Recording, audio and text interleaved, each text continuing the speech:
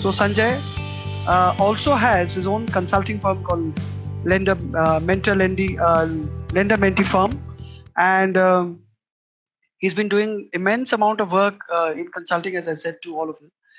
At the same time, he has been coaching some of the bright CEOs in our country who are startup enterprises. So all in all, Sanjay is someone who is a great mentor to a lot of you and a lot of people who have experienced him. And currently, he's doing a lot of mentorship, a lot of coaching today in this space of lending and financial sector. So we are very happy. Procademy is very happy to have him on board today to speak to us, and I'm sure it's going to be a great session. I request all of you to, if you have any questions for Sanjay, keep putting up in the chat box. I'm sure during the course of the next 40 minutes or 45 minutes or so, Sanjay will try and address those. Those of you who are on the YouTube can also put up their questions. They will be answered by Sanjay. So I wish the session the very best, and I wish Sanjay all the very best. And Sanjay, the master, over to you, sir. Yeah. Yeah. Thank you, Agnello. Good morning. Good morning to all the participants. Agnello, if you can just let me know once if the audio is good. Yes, the audio is very good, Sanjay. Excellent.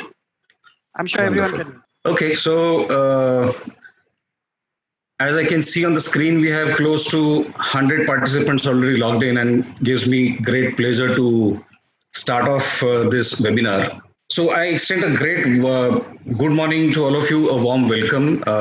Thanks to Agnello at the upfront beginning of the session to hold this webinar in the first place and to invite me to address all of you. It's a great pleasure to be amongst you, even though on a virtual medium. You all know how I would have loved to do this in person, but I'm presuming that you are in front of me, and then that's how I'm going to speak. So you know the topic. The topic is lending in the post-COVID scenario. And when we say post-COVID, that itself is a good starting point to begin. Is there something called post-COVID at all? That's how I would take it and start. Obviously, I have put in together some interesting points for discussion where I will present my thoughts and my observations and what I've seen in the last 3 months as developments in the economy. However, I will be very happy to take your questions. Keep sending your questions on the chat box. I will try to address them, answer as many questions I can.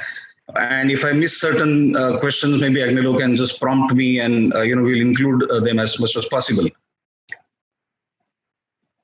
Time now is about 11:10, and I expect this to take about 45 minutes, post which we will have ample time for questions and answers. So let's begin. So a quick reality check, as I have given the title here. So we all know what we are passing through, right? So if we go through some of the happenings around us, we all read on the digital medium now. Newspapers have been stopped, as you know. So whatever we get to see on various WhatsApp groups, on Google News, and various social media platforms, generally speaking, there is an atmosphere of gloom and negativity. So let's see what all we are experiencing right now. Obviously, we are going through a global pandemic. The WHO had to declare it as a pandemic. It started as a small thing in Wuhan in China. Many of us may not even had heard the name of Wuhan possibly earlier. And we, like typical human tendency, we keep thinking that, okay, China mein hua hai, it's not going to affect me. It's not coming to India. So as early as March, second week, we had started seeing how it was developing across Europe, especially Italy, Spain, etc. And obviously it came to India, and from then we are seeing how things have developed. It's a very dangerous infection, no doubt. So especially what has happened in India is we have already crossed 3 lakh cases of COVID, and this is possibly increasing at a very alarming rate. India has experienced almost 8,000 deaths. But the good thing is there is a 50% recovery rate as well. So the number of people who are recovering from the infection is also really, really encouraging. As we all know, 22nd March onwards, there is a national lockdown which has been announced and implemented. I don't know about you, but in my lifetime, this is the first time I heard a word called lockdown. So forget experiencing, I did not even know what a lockdown was. And ever since, it's almost 3 months that we have been sitting at home, not venturing out. So it's a lockdown experience that we are going in. As I said, completely unprecedented, first time in all of our lifetime. So the lockdown now has been extended till 30th June, though some kind of unlock has started in some states. And in Maharashtra also, the unlock has started. The phase 1 is going on. Slowly things will come up. Eventually, the government also knows that it's impossible to keep people at home forever. You know, the economy has to run, the businesses have to run, people will have to go out to earn their livelihoods, and all that is a reality, so people understand. But the whole economy has come down to a standstill, and it's a long, long time. So obviously the impact that we expect is lowering of the GDP. In fact, CRISIL has gone ahead and declared that the GDP will actually contract by 5%. So forget GDP growth. Obviously, there are economic losses, there have been job losses, there have been salary cuts in the corporate sector. Loan defaults are tending to increase. So all those things are a reality that we are seeing around us. The worrying case is India doesn't have the kind of infrastructure that some of the Western countries have, the health infrastructure. And in Mumbai also we get to hear reports like people are not getting beds in hospitals. There is a shortage of ventilators and those kind of things we hear routinely. So that is a worrisome factor. Our population is very large. Those are the things that we are battling with. So overall, if you see, complete negativity all around us, a lot of insecurity all around us, a lot of questions, confusion, fear, what's going to happen? So continuing with this, now coming to typically my kind of thinking, is it really all negative? We talk about negativity. Is it really negative everywhere around us? And typically, as we know, you will see the glass half full or half empty, depending on how you look at things. If you choose to see negative things, you will see negativity everywhere around us. We will see cases going up, you will see deaths. But on the other hand, there are a lot of positive things. And as I always love to do, I'm going to focus more on the positive things from this point onwards. And I must say that, and this is my hardcore belief, that when one door closes, there's some other door that opens up, which means that opportunities are always there. It's just for us to see around if there are opportunities. So I have also mentioned that opportunity is the other side of calamity. Each calamity generally gives rise to many, many opportunities. Especially in the parlance of risk management, I have always said this, that if risk was a coin, one side of the coin is risk, but the other side of the coin is always opportunity. So opportunity also comes when there are calamities. And all around us, you'll see so many alternative business opportunities that have suddenly opened up, and especially from, let's say, April onwards. I see a silver lining to the cloud. You know, typically in my positive streak, I would see a silver lining to the cloud. The lockdown has also given us many things. The biggest thing it has given to us is the time that we have for ourselves. The lockdown has also given us things like work from home is a reality now. Many of you are working from home, spending quality time with your families.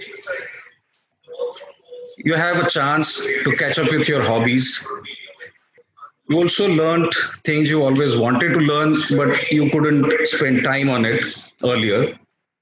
You've been able to make connections with a lot of new people. You have been able to rekindle your networks and get in touch with many, many people that you always wanted to. There are a lot of people I know who've been working on their fitness ever since the lockdown has started. Hundreds and hundreds of people I know, they have started learning new skills, acquire new qualifications. Whole lot of you have acquired new certifications. You've studied online courses. The list can go on. One interesting thing I can add to this is a lot of people have started getting into cooking, and the WhatsApp groups are full of new dishes that people are cooking every day. So if you look at the positives, there's so many positives to look at. How does this pan out? Coming back to my favorite theme, as I started in the beginning, is there anything called post-COVID? I have a firm belief that there's nothing called post-belief. Like the earlier instances of various kinds of flu, this is maybe another flu and it's here to stay. So let us understand and accept it for all that the virus is here to stay. So what is going to happen? We have to learn to live with the virus. Even if you want, it's not going to go away, so you can't wish it away. So how our lives are going to change is something that we need to worry about and think about. What is going to change? How will I change myself? That's most important. I can't change the world. But how will I change myself, the way I live, the way I go about earning my livelihood? So what is the new normal? This is one word I'm sure all of you have been very, very regularly hearing this. The new normal. You attend any webinar, you attend any event, any digital conference.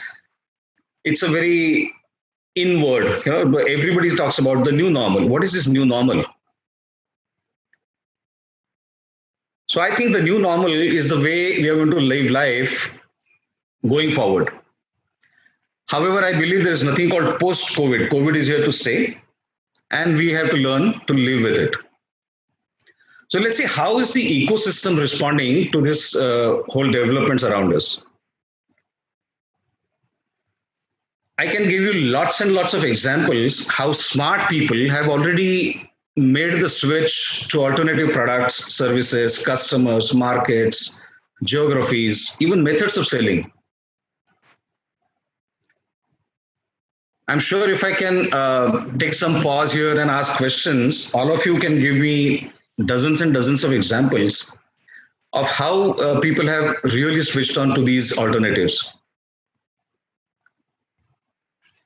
I'll just give you one example here. Mahindra & Mahindra has started manufacturing ventilators, which was never their product.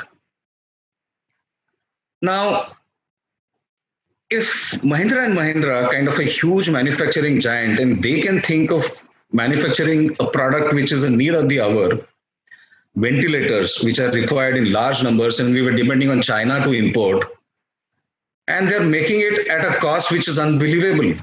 As far as I remember, it is less than 10,000 rupees a ventilator, and there are many others who are making these kind of products. There are garment manufacturers in the SME sector who have started making PPE suits, masks, gloves, etc. These are the kind of things which are required in huge numbers in these times. And this did not exist 3 months back. So people have suddenly moved to a new line of business. So they did not cry. You know, what's important here to understand, people who are smart, they don't cry. They don't look at calamity. They look at the opportunities that come with the calamity. There are thousands of traders who have started dealing in these health and sanitation products.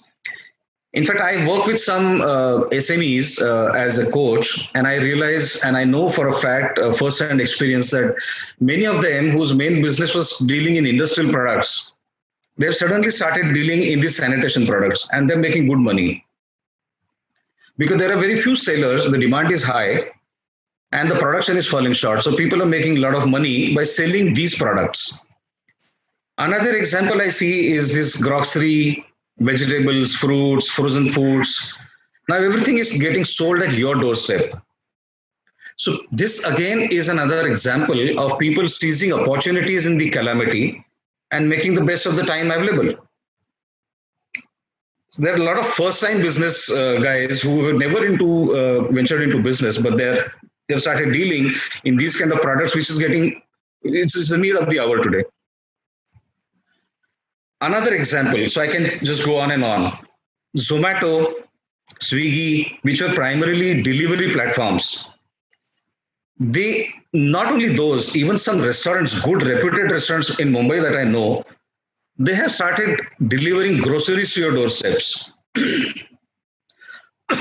So what is important to note here is not all is bad, not all is negative. And that's how I started the slide. The first bullet, if you see, smart people will always find ways and means to remain in business, to do something meaningful economically, and to make money.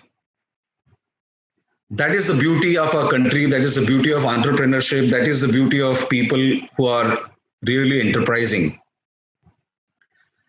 There are doctors who are doing online consulting, obviously getting paid through digital mechanism, and they're sending medicines by courier. So nothing is stopping really. This lockdown has stopped you from going out of your house, but it's not stopping you from most of the other things which you do in your day-to-day life. And these are some of the examples I thought which were very interesting examples to set a positive tone to this whole discussion. I repeat, if you choose to see negative, you'll see negative. If you choose to see positive things, there are endless positive things happening around us. So taking the discussion forward, what has changed actually? Consumption has gone down. And consumption in different forms has gone down. People are conserving cash. People have realized that it's important to remain in the money. You don't know how long these uncertainties will prevail. So it's important to have cash. So save your money. One more thing that we have definitely seen is the demand for non-essentials has completely drastically gone down. Now, non-essentials you can describe in many ways. One simple example is going out to eat, entertainment, consumer electronics, those things that you always wanted to buy. You're postponing those decisions. You're not hurrying with, the best discount offer, and you're not buying things which you always wanted to buy. And it's quite human. The tendency to conserve cash and be safe is what we're displaying now. Even the demand for essentials has toned down, if not completely reduced, but it's toned down. I know a lot of families were saying, okay, we've started eating very, very simple meals because we just want to conserve cash. So overall, how is this going to develop? The consumption has gone down. So lower consumption will obviously lead to only one thing, which is the recession. And we know we are going to experience a recession. The other thing which is important to see is the use of cash has gone down and digital payments have increased. This is another reality. Something that we have been hearing and reading is the migrant labor has started going away. They have actually gone away. This has resulted in a very unexpected problem. The labor shortage in the industry is something to be experienced. I don't know how many of you have actually seen this or experienced this, but the labor shortage in the economy is hurting the industry. Another thing that we see is the unorganized sector workers have suffered most. They have lost their jobs, loss of income. Also the uncertainty whether they will get re-employed. So all these migrant laborers who have gone back to their home states, one thing is not known whether they will be coming back. And if they come back, will they get employed again? Coming to something closer to our subject for the day-to-day, lending in these times, let me begin with the first hint, which is the moratorium which has been announced by the RBI. First for 3 months and then another 3 months. Now 6 months of moratorium is again something which has never happened in our lifetime. I believe never in the history of the world we have seen this kind of a moratorium being announced for 6 months together. And you must have read some interesting posts and comments on LinkedIn and other platforms that moratorium does not mean waiver. It's only a deferral. And I'm sure most of you who are in the lending industry, you are experiencing this directly with your customers, with your borrowers. Some borrowers definitely either intentionally want to take benefit and say that this is a waiver, it's not a waiver. And 40% is something which the RBI has announced recently, 39% to be precise. But when you see the breakup, it is as high as 70% for PSU banks. It's in the range of 30% for private lenders. But it is as high as 90% in case of micro lending sector. Now, this is a huge impact in terms of the moratorium. So I can't even imagine the full picture how it will develop over the next 3 to 6 months. Now let's get deeper into our subject for the day, and let's look at sectors which have been impacted. So some sectors which are clearly under stress, and I'm sure most of you know this: travel and tourism, hospitality, malls, because malls have been ordered to shut down. So shops in the malls, completely the entertainment sector. You know that no new movies are also getting released. So entertainment is hugely affected. Even the TV serial industry, which is a huge industry, no fresh episodes are being recorded because of the lockdown. So no sponsorships, no money coming because of TRP ratings, etc. So entertainment is hugely impacted.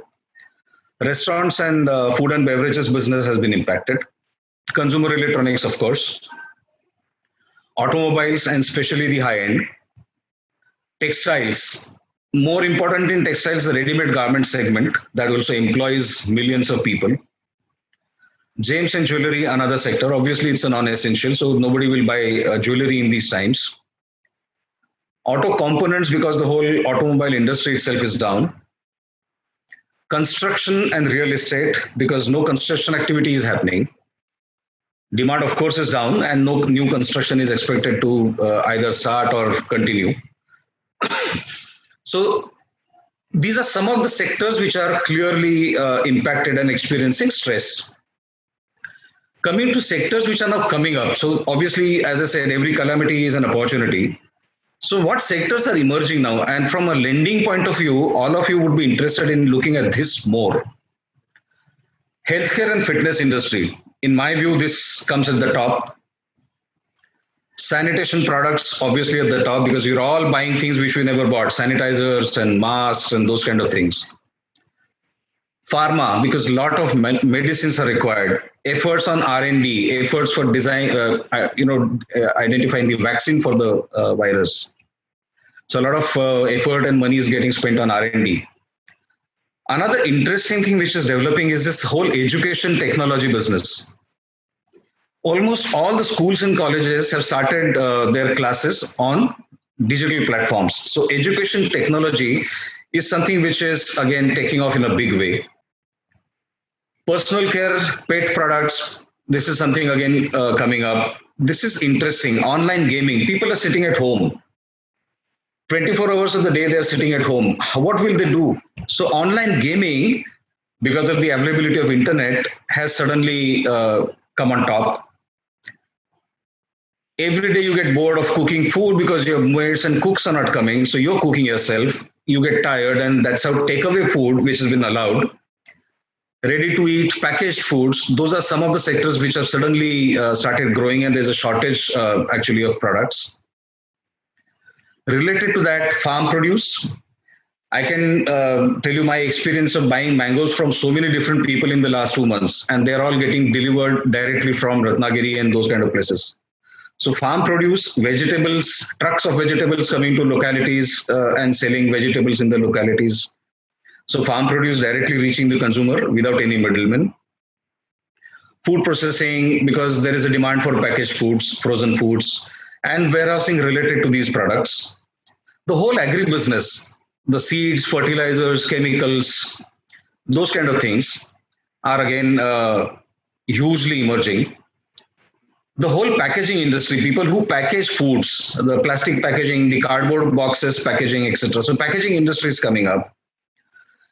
And therefore, the wholesale and the retail opportunities among all these sectors that I have listed above. Now, these are the sectors which are coming up. Now, I must spend a minute or two talking about how this pans up for us.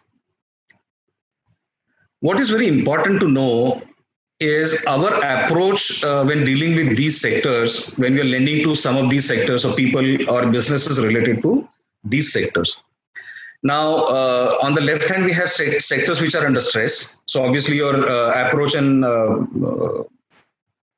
attitude towards these sectors is going to change, and that is going to change towards being cautious about it. Whereas on the right hand side, we're talking about emerging sectors, and these are the sectors which are definitely going to have a great time going ahead. So, how do you look at lending to some of them on people associated with some of them and their whole supply chain? So, some of the sectors you may not have dealt with earlier, and so there's a lot of learning that will have to happen around these sectors. So, for example, online gaming or agri businesses, most of the lenders that I know of or the NBFCs, they don't venture into lending to agri or agri related products or industries. But if that is the new sector which is developing in the economy, obviously as lenders, we will have to learn those sectors and maybe develop products and start selling loans to these industries. So, for example, sanitization products. So maybe there is a short-term working capital requirement in some of those small sector units, which can be looked at for giving loans. Healthcare and fitness is a great sector. Personal care products. So maybe agri warehousing. Some of these things which we were not willing to let go, not willing to look at earlier, I think clearly are emerging as opportunities. I think so very important for the lending industry to look at this slide very critically and say, okay, how do I deal with sectors which are under stress? And what do I do to get an opportunity into sectors which are emerging? Let's move further. So what is emerging now? Unsecured loan segment. Unsecured loans is a product across all segments, whether it's a micro loan of 10,000-15,000 rupees, or unsecured personal loans which are in the range of 5 to 10 lakh rupees, or the business loans for SMEs, MSMEs, which are in the range of 10 to 30, 40, 50 lakhs. Unsecured loans are obviously in demand. Since there's a lockdown, physical movements have been restricted. There's a whole lot of fintech and digital loans which are now driving the market. Fintech has been around for many years now, but it's more active now. Traditional players which were operating only with physical means also are exploring digital in a big way. Healthcare insurance and medical insurance are big businesses today because people are afraid of the uncertainty. So what is emerging clearly is the health insurance business. So I would be keen to watch how developments happen in this field of financing buying insurance. Now, this is very interesting. You're not selling insurance, but you can certainly finance buying insurance. Explore those opportunities. Another thing which we have seen is home delivery of almost anything that can be home delivered. I gave you examples of frozen foods, vegetables, medicines, anything that you can imagine today. Recently, something that is of interest to a lot of people is even liquor is getting home delivered. And that was opened up just about 2 weeks back. So home delivery of liquor, which could never be imagined earlier, has also started. So businesses cannot be shut forever. That's the same philosophy. So home delivery of almost everything. Now, if somebody comes to you with a proposal to finance somebody who is into home delivery business, I really wonder how you are going to approach this segment. But yeah, that's an opportunity which is possibly available. So what I want to use the word here, the phrase here, is something which is now getting labeled as a low-touch economy. And I would encourage you to just go to the Google search engine and type low-touch economy and see what all interesting things you get to read about the low-touch economy. In fact, I have read a 100-page plus report on low-touch economy. It's a very interesting report. Please do read. So it's a low-touch economy. So physical interface is going to go down and will maybe continue like this for a long time. So low-touch economy is a new reality.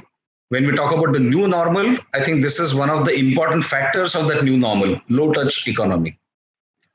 Let's move on. So now coming specific to the lending industry, what all is going to change for us in the lending industry? The good thing is the business of lending will continue as long as there are human beings on this earth. People will always need money, and we know this very well. So the first thing I want to tell you as a message, and some people who I know very well, they had actually reached out to me before this webinar and said, "Sir, we want to hear some positive messages from you." And I told them, obviously, there's so much positive around us if we choose to see that there's everything positive if you want to really see. And hence, the one thing which I want to tell you is the business of lending will always be there. So you and me don't need to worry whether what will happen to our business. Don't worry, lending is here to stay. I also must say, which I keep saying often, is lending is a simple business. And why is it a simple business? You give money and you take it back over a period of time, but obviously with the interest. It's a very simple business. However, lending has evolved over the past few hundred years, I would say, from trust-based lending only to known people. So if I know you, I give you money, otherwise I don't, to today's conditions where it is completely driven by artificial intelligence, machine learning, scores, algorithms, various scorecards, you name it, and there are a whole lot of jargon that has come up around this. So today it has become AI and ML driven, score and algorithm driven, faceless, because you don't see the customer. There are a lot of loan products on the fintech platforms where there is no interface, physical interface with the customer at all. So the lender and the borrower don't get in touch with each other physically. It's just that the application is made and money is disbursed. So that is digital and fintech lending for us. So which is the reality, and this industry will obviously grow. And like I say, lending has evolved over past 100 years. It is going to further evolve. And this pandemic, the COVID-19, is also going to teach us its own lessons. It's for us how we learn and how we modify our practices. Continuing with our reality check theme. Now, this is something which I want to stress upon. We say that, okay, so much has changed. But imagine your organization's DNA is not going to change. And this is a very profound statement. Your organization's DNA is not going to change. Your policy is not going to change overnight. So yesterday you were doing something, till so many years you were doing something. Today you're not suddenly going to change your policies. Your markets are not going to change. You will continue to operate in the same market. If you're a Western India player, suddenly you're not going to go to Northeast and start lending. So that is ruled out. Your customers are going to remain more or less the same. The sales team, your own sales team, which sources the business for you, it's not going to change. They're the same set of people. So are the DSAs. So I want to tell you that don't be under any wrong impression or a wrong notion that you will suddenly start doing something different from tomorrow. No, you're not. So will anything change at all? We've been talking about so many things which are changing around us. And I'm posing this question when it comes to our industry, the lending industry. Will anything really change? Let's explore further. What is most important is your whole approach will have to change. So what will change? Your approach will have to change. And I want to stress upon one thing here, that the whole organization will have to come together and talk. Huge amount of dialogue will have to happen. You can't work in silos. The sales and the business function can't work in silo. The risk and the credit function can't work in silo and define different strategies. So people will have to come together, talk a lot, and only then you'll know what to do going ahead. Your approach to how you choose your customers has to change. The same thing that worked yesterday may not work today. more importantly, how you understand your customer today has to change, because so much of physical interface which was possible earlier is not going to be possible anymore. I would love to say this, that the salespeople who are in touch with the customer at the first interface, they'll have to be as good as half a credit person. And I've always said this all my life, that best organizations have their salespeople who are half credit people themselves. So you have to learn the art of separating the wheat from the chaff. I'm sure you understand this. Separating wheat from the chaff is something which we'll have to clearly master. So selecting good customers from the set of customers available, which is what I mean here. And again, staying with my favorite theme of being positive, I would clearly invite you to choose to be positive. You can choose to be positive. Like you can choose to be negative, you can choose to be positive, but cautiously positive. There has to be some caution, obviously, but continue to remain positive. When it comes to sourcing new business, sensitize and retrain your frontline sales team, where to go, how to approach. Ensure that your customers actually exist. Personally verify that the customer has a place to stay. Go and verify that place. Go and verify the place of the business. Verify that the customer is actually in a job if he is a salaried person, that he has not lost his job. Ensure that if a self-employed customer applies to you, that the business is existing and is going on. That's very important at this time of sales itself. Many organizations have this concept of sales PD. And actually, it remains a concept. I don't hear many instances where the sales PD report is properly written down, filled up, and submitted along with the file. So I think we need to start this practice of doing the sales PD very religiously. Ensure that you write a proper sales PD report and attach it in the file when you log in the file. Very, very important. Coming to competition, I love to say this, that the lending space was always a buyer's market. Especially today, the loan rates have gone down, especially the home loan rates have gone to as low as 7.5% to 8%.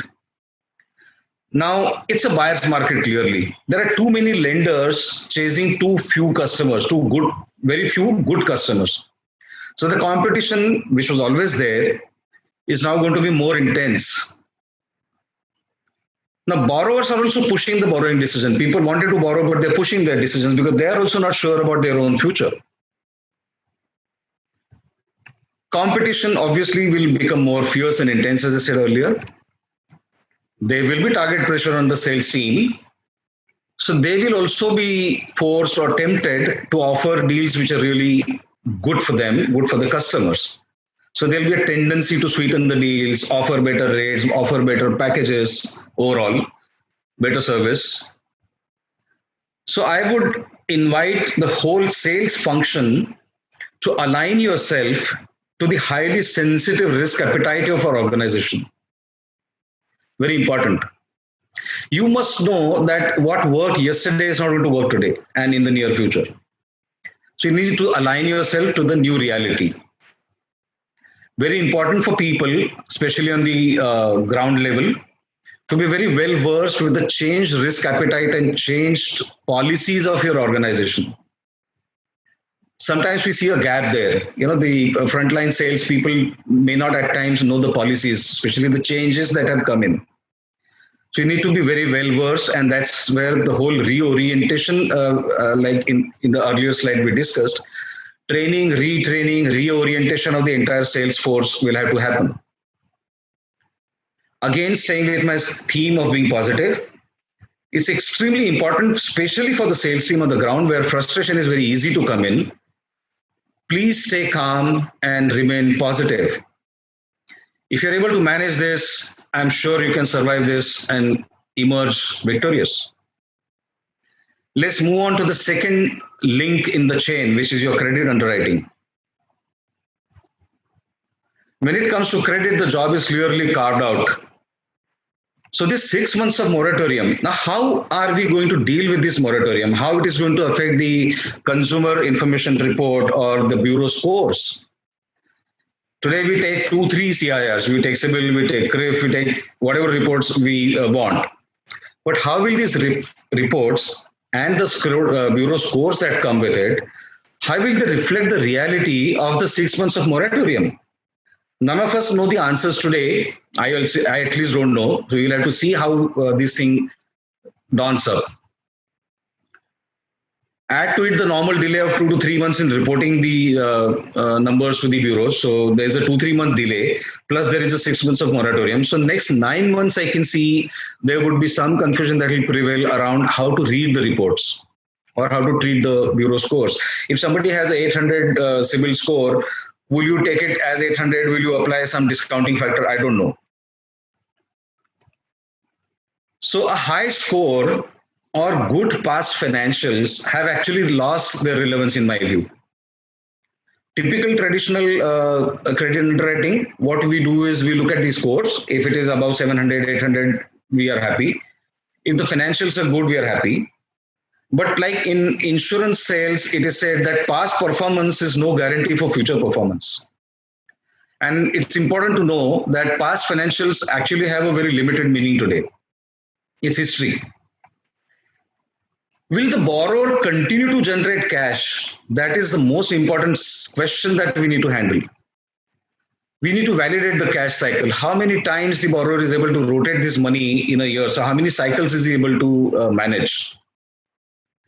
And hence credit PD, or the customer interview, or the PD that we say, personal discussion, has become more important than ever. Another important thing to know from credit underwriting point of view is collaterals are just collaterals. We all know it, right? But it's more important now that collaterals are just collaterals and not anything beyond that. What is important is your cash flow, ability to generate cash. Rejections in all probability will go up, clearly. Like we said, people are pushing their borrowing decisions. People have suffered on their jobs and incomes. So rejections will go up, possibly. So be ready to face it. And it is important to say that, okay, don't feel guilty if you reject cases. And I've said this all my life. Credit has this important job of rejecting bad cases. So very important, don't feel guilty about rejecting cases. The rejections will go up. So don't feel guilty. You're not responsible for it. I would add to this by saying that it's better not to lend rather than lending high risky loans. If your treasury puts the money in money market instruments, you will still make 7-8% return. But if you make loans today and those loans become NPAs, you will not even make that 6-7%. So it is better to be safe than sorry, clearly. Let's continue with our credit theme. Another important thing which is extremely relevant here is what is going to be the end use of the loan. So there are some institutions, some NBFCs and HFCs that I know of, some banks, who are very, very particular about knowing and recording the end use. Is the customer taking your money to pay off other liabilities? Very important to know. We need to probe very deeply that the proposed end use of the loan is only for business and nothing else. So very important to ensure that the loan being taken in today's circumstances is purely for a business reason. And I'm not taking over somebody else's headache. It's also important to know that most NBFCs sell their loans in the range of anywhere between 12 to 15, 16% rate of interest. In today's circumstances, when businesses are down, there is a margin pressure. Is somebody really making a 25% margin in his business to be able to pay 15% to you? Very, very important to probe. Everywhere, trade receivables are absolutely down. So most SMEs have their money stuck. Most businesses have their money stuck. Like you have your NPAs because of the moratorium, or people are not paying you because of the moratorium. There are a lot of businesses who are not getting the receivables from their buyers. So the receivable, and so if you rely on the balance sheet which was of last year, because March 20 balance sheets won't be available. So if you go by the March 19 balance sheet and do a financial analysis and say, okay, receivables are in control, what is the reality today? This balance sheet you're referring to is 15-month old and it's no more relevant. What is the receivables position today and going to be in the next 3 to 6 months is going to be very critical. Also important to know, what was the customer doing in the last 3 months? When there was a lockdown, was he sitting at home? Was he doing something alternative? Was his cash coming in or not? Is very, very, very important to know. Another thing, just find out if the customer has any accumulated liabilities that he wants to square off, either due to moratorium or because of unpaid wages or deferred wages. Now, many places there are salaries which have been cut. And some places there is a normal reduction in salary. Some places people have say, okay, we are cutting 20% salary now, we'll pay it later when things are better. Or there are unpaid rent, unpaid tax liabilities, etc. So it's important to know if the borrower has accumulated liabilities and payables. Very, very important. I'm sure you know this, but I'm just going to stress upon these things.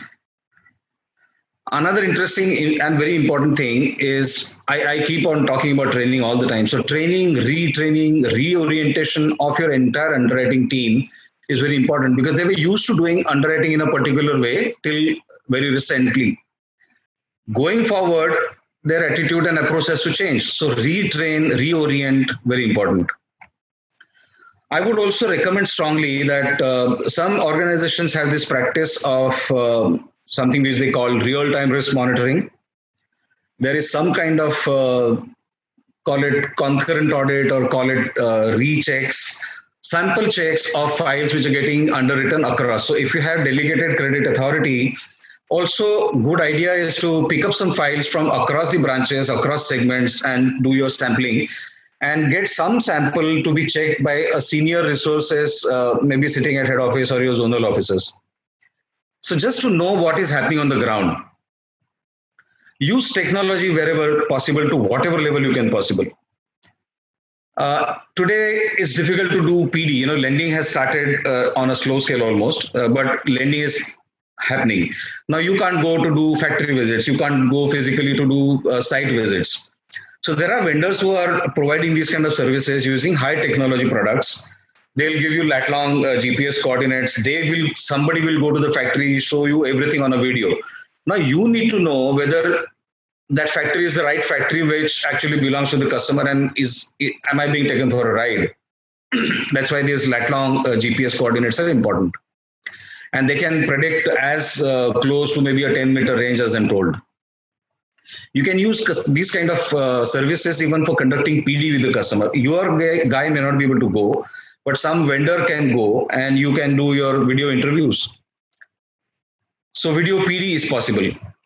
We all know, recently we read in the media that Kotak Mahindra Bank was the first bank to introduce video KYC.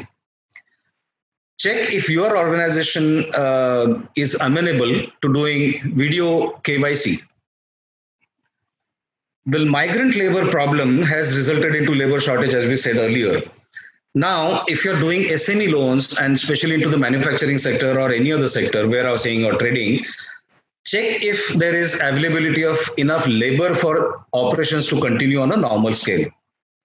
You need to also check capacity utilization in the factories because of labor shortage. Where labor has gone away, migrant labor has gone away, people have hired local labor. Now, local labor comes at a higher cost and their efficiencies are also lower compared to the normal labor. So you will have to account for this factor when you do credit appraisals and especially when you do PDs.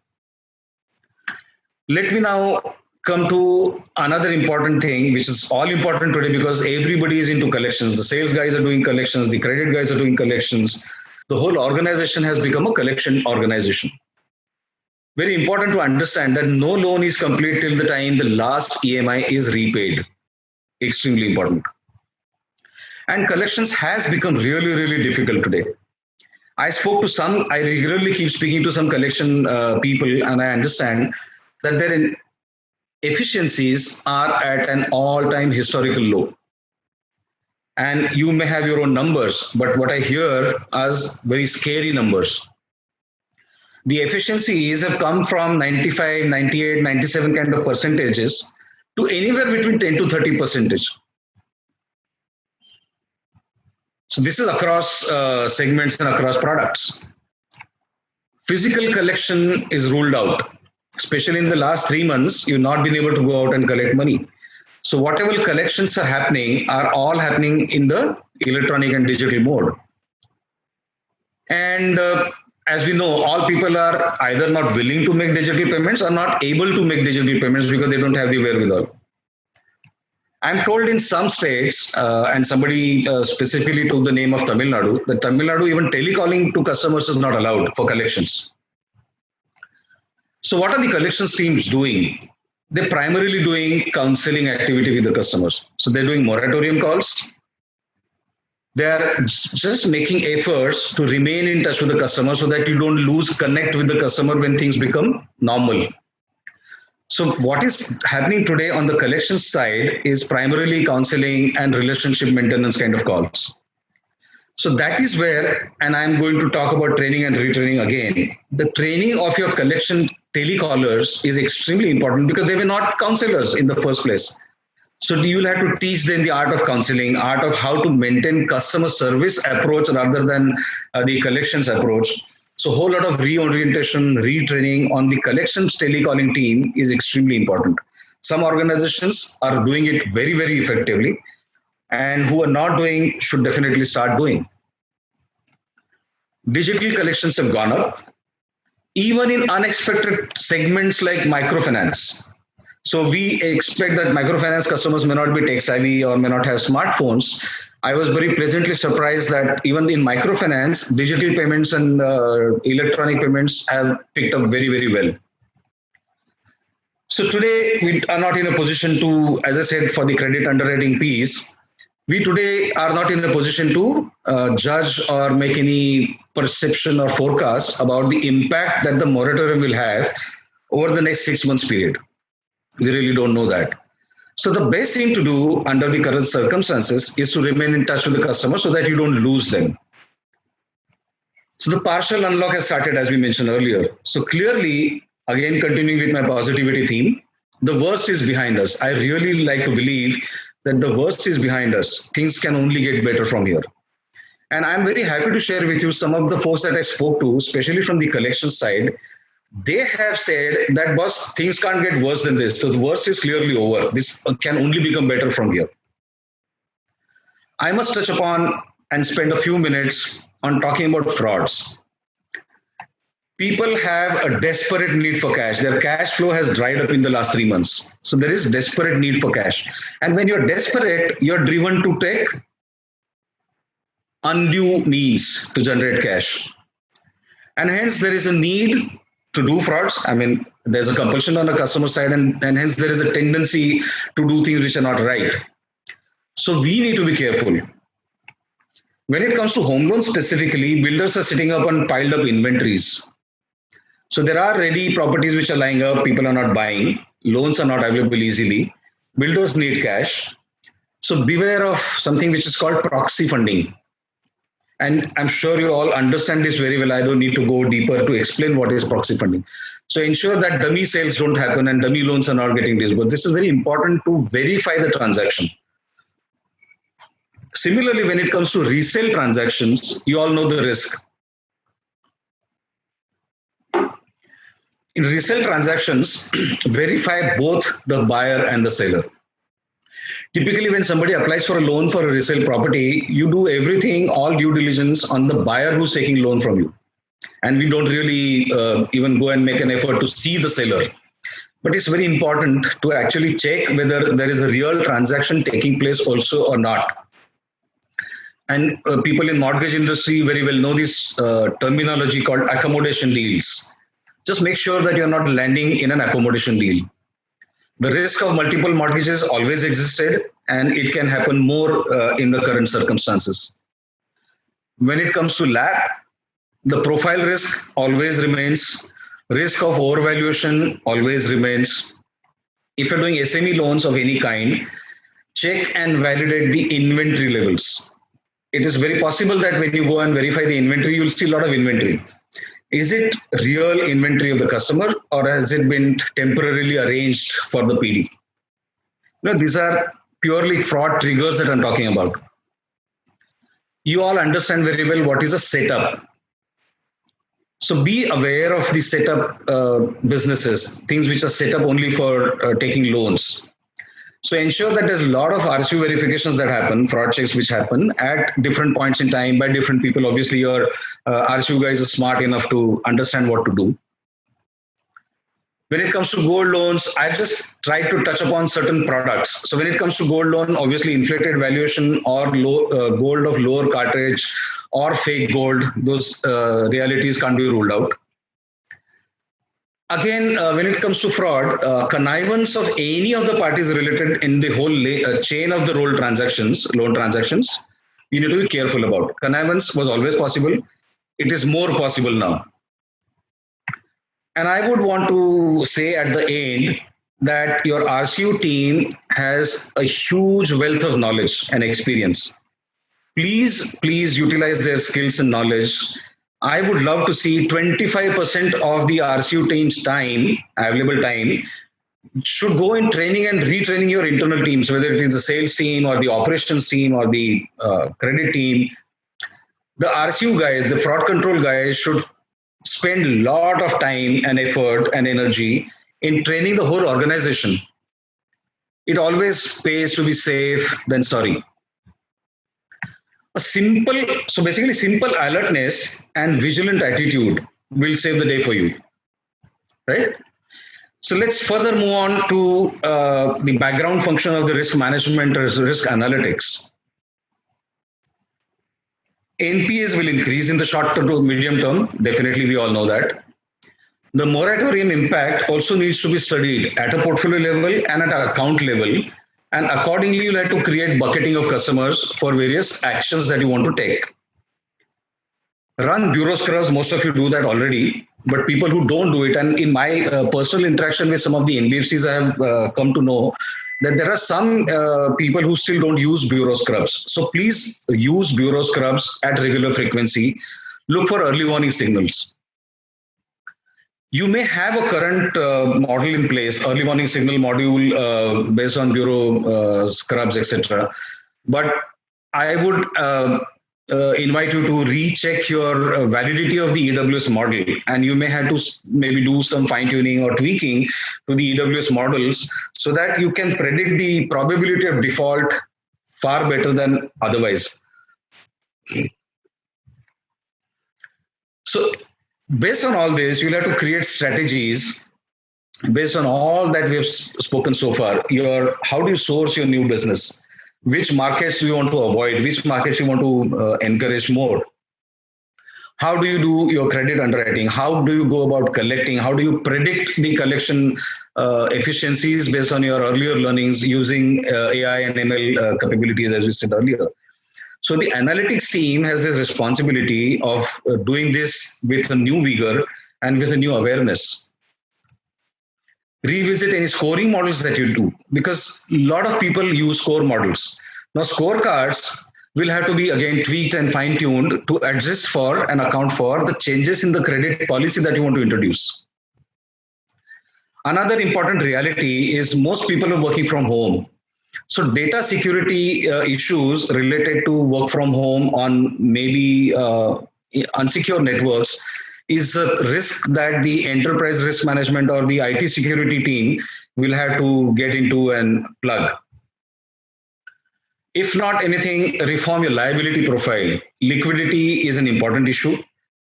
So with your treasury team, clearly look at your liability profile, pay off loans, whatever you can pay off, and ensure that you are in liquidity. Analyze your exposures by various sectors, and that the list can go on. And this risk team and the analytics team clearly know that they have a huge work to do in these times. Again, at the end, I would say an overall cautious approach, at least for the next 6 to 9 months, is what we need to display. So I will conclude by summarizing, and I just noticed the time we are doing quite well on time. We started at 11:15, so about 45 minutes already. So to conclude, we are passing through unprecedented times. There is an economic slowdown. The recession is around the corner. Very clearly, the coronavirus is here to stay. We had to adapt to new ways of life. The good news is, and I keep saying this, the good news is the lending business is here till the end of the world. So till the time there are human beings, there will be lending. People will need money. So the business is here to stay and grow. So don't be worried what will happen to you. Temporary, there could be issues, but the lending business is here to stay for the long haul. Survival of the fittest, clearly. If you do all that is required to be done at this stage, you'll survive. So take stock of your products, markets, target segments, customers, lending policies, and you must align them to the organization's revised risk appetite. More focus on meeting customer and validation of everything possible. Validate everything that you can, their existence, survival of the business, ability to generate cash, where the money is going to be used. So validate everything possible that can be validated. I will repeat, it's better to be safe than sorry. It's better to keep cash with you. Don't give any loans if you're in slightest of doubt. And I love to say this all the time, that in case of doubt, the benefit of doubt must come to your organization, not to anybody else. Proactive risk monitoring at all the possible levels and at a very high frequency. Even if you're doing it monthly, maybe reduce it to quarterly, half monthly, or even weekly. So the more monitoring you do, the more awareness you have about your own portfolio. And I would want to end by saying this too shall pass. Nothing is permanent. Bad days won't remain forever. And the fit will survive. Yeah. So I would like to end by wishing you all the best. And I would now invite Agnello to come in and take this forward. Thank you very much. I thank all of you for spending time on a Saturday and be here. I really, really enjoyed the interaction. Thank you very much. All the best to you. Thank you, Sanjay. I think it was a wonderful session. Bang on time, as usual. Sanjay is known to be very precise. So interesting interaction. There are lots of questions that have been put up by people. If you could look at the chat box and if you choose which one you want to answer, I'm sure these are long pending questions, but some of this, if you wish, you want me to take and update you on it, or would you like to look at it and answer and choose, Sanjay? Yeah, whichever. Just look at the chat box. Quite a lot of them are there who are put up. Just one question before you start. I just wanted to know. I was reading a report by Harvard and by other financial. I'm just going through the chat. Yeah. One question I had, Sanjay, is that today we talk about this COVID state where the social distancing and meeting in person becomes a very challenge. And interesting would be, some days ago, one of the very top-notch CEO was talking about saying, can we look at digitization or AI-based analytics for risk and fraud management? What are your thoughts on that? How crucial? Because somewhere you did speak about it, but you were also saying that meeting in person becomes critical. So how does these two things change in today's time?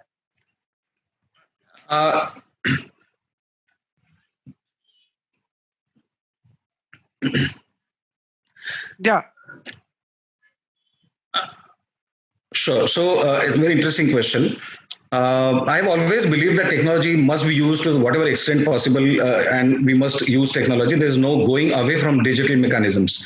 And scorecards and algorithm-based lending, etc., has been around for a very long time.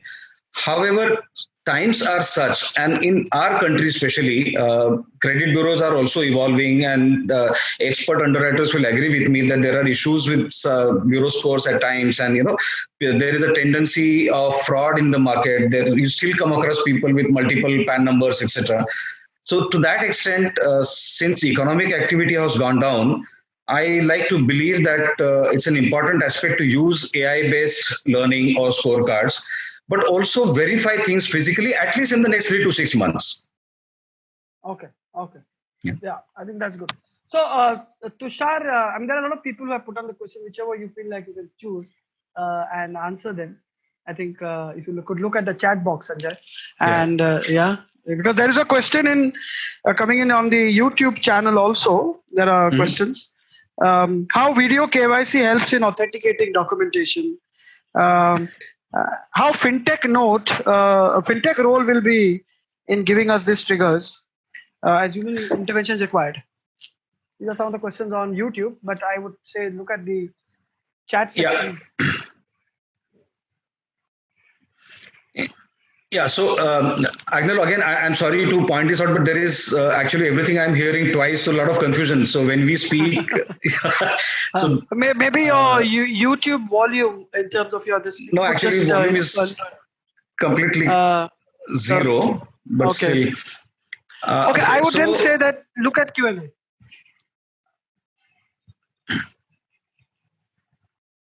In fact, I will close the YouTube from here. Yeah. That will be good. Yeah. So there are two questions which are there in the chat box, and some of them say, I'll maybe just read out some questions. In the move to digital lending process, how we can build error-free and fraud-free system for bill invoice discounting models.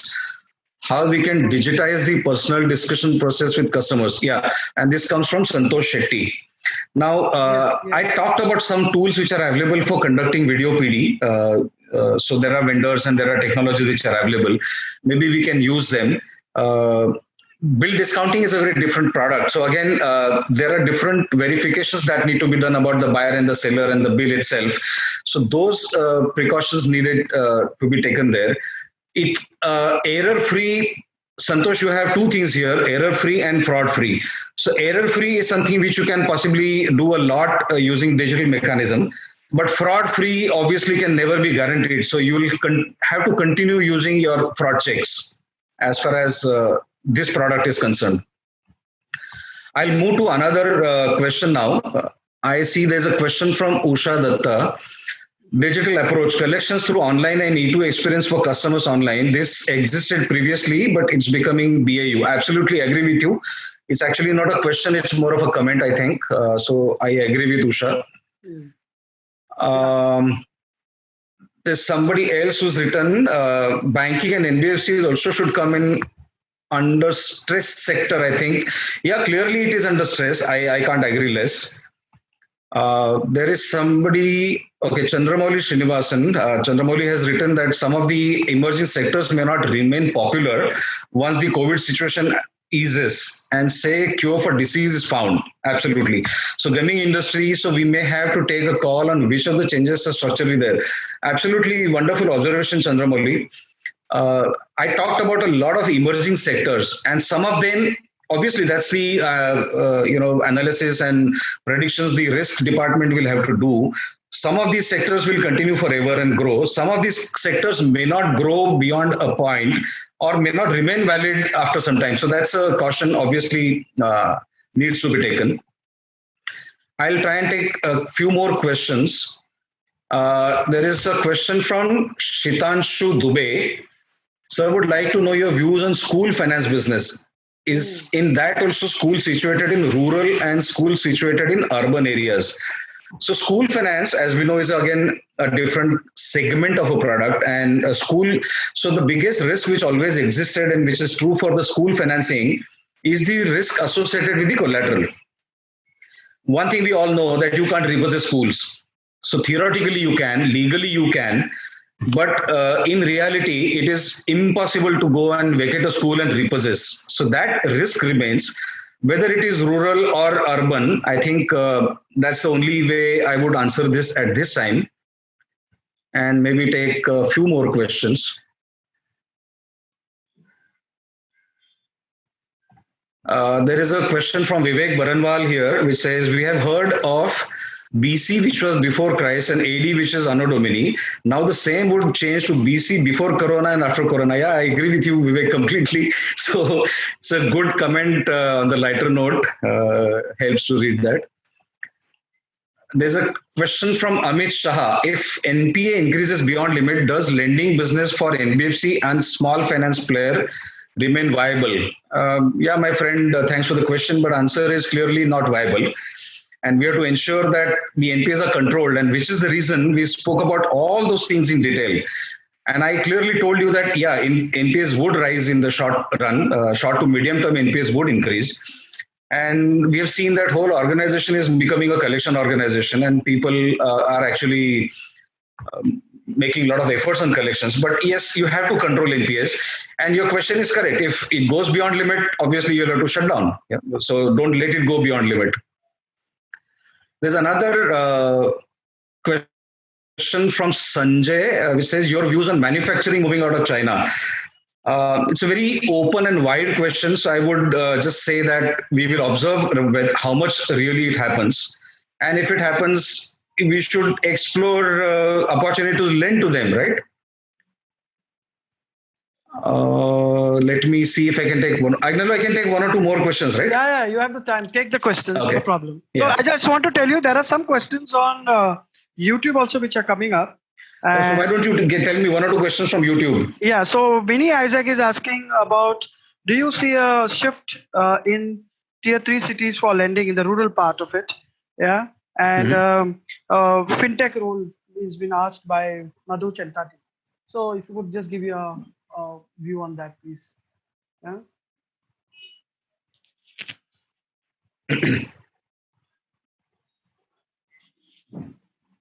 Okay, so I will combine both the questions, rural lending and fintech both. So I think, as I said earlier, fintech is here to stay and it's only going to grow and become bigger and bigger in our scheme of things. Even in products which are purely dependent on physical interface, fintech will play a role.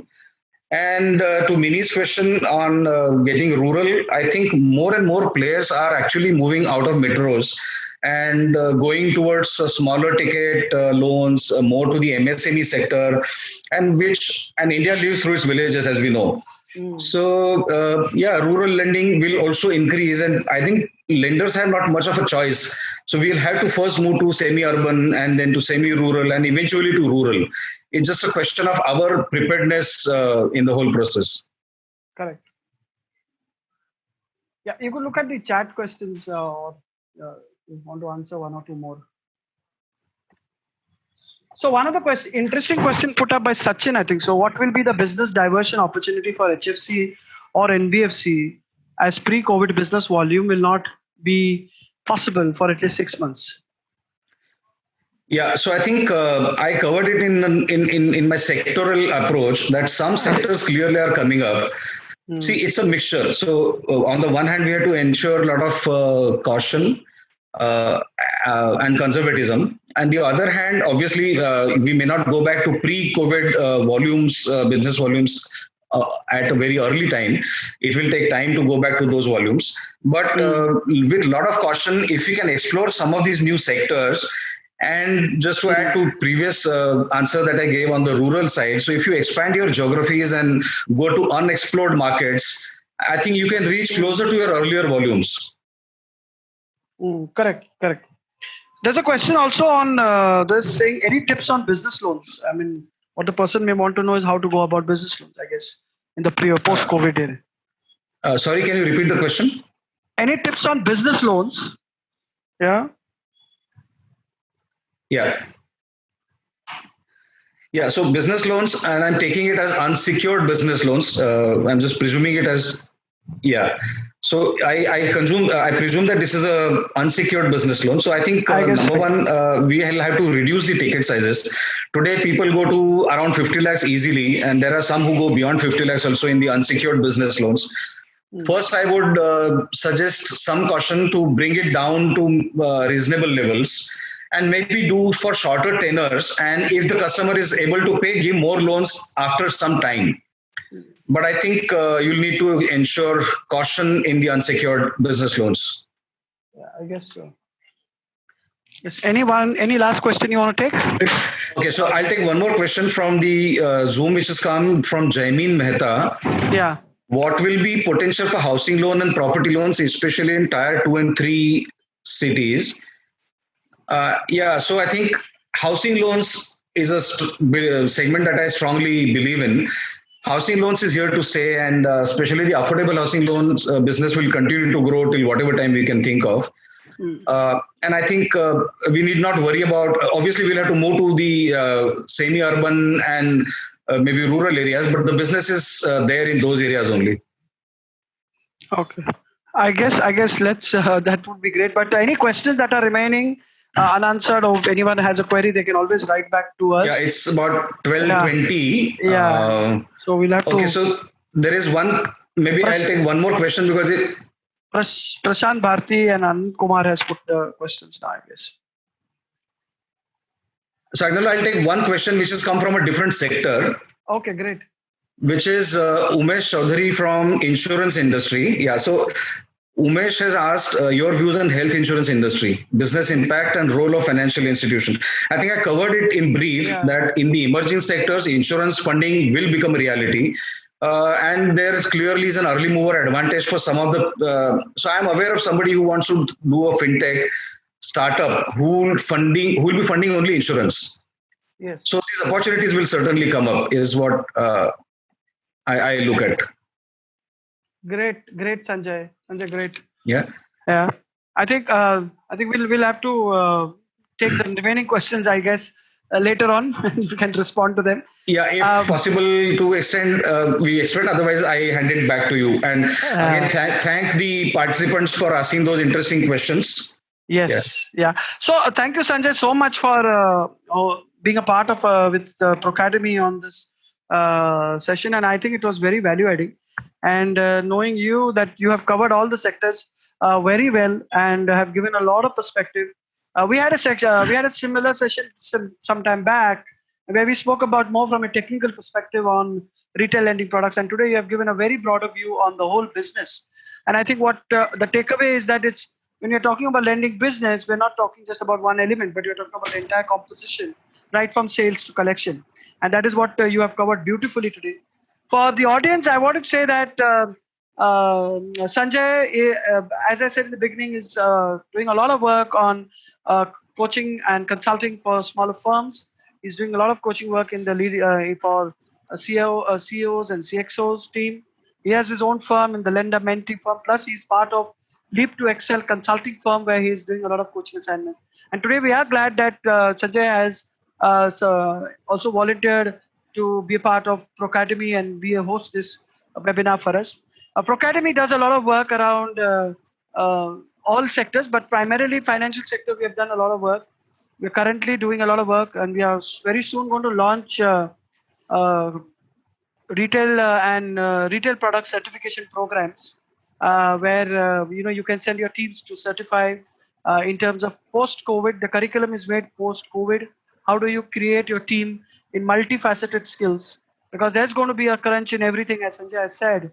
And we have to look at and he has been speaking about training element, and I know he's a very vociferous orator when it comes to training as a skill. So I think training becomes very critical because you got to keep your staff multifaceted, multi-skilled today. And Procademy does a lot of work. We do keep us on your radar and watch our content, which we keep putting up continuously. We are on YouTube. There are a lot of leadership and managerial programs, plus financial domain program that we're going to very soon launch. And you can take advantage of those programs by being a participant, or you can put up your team for it.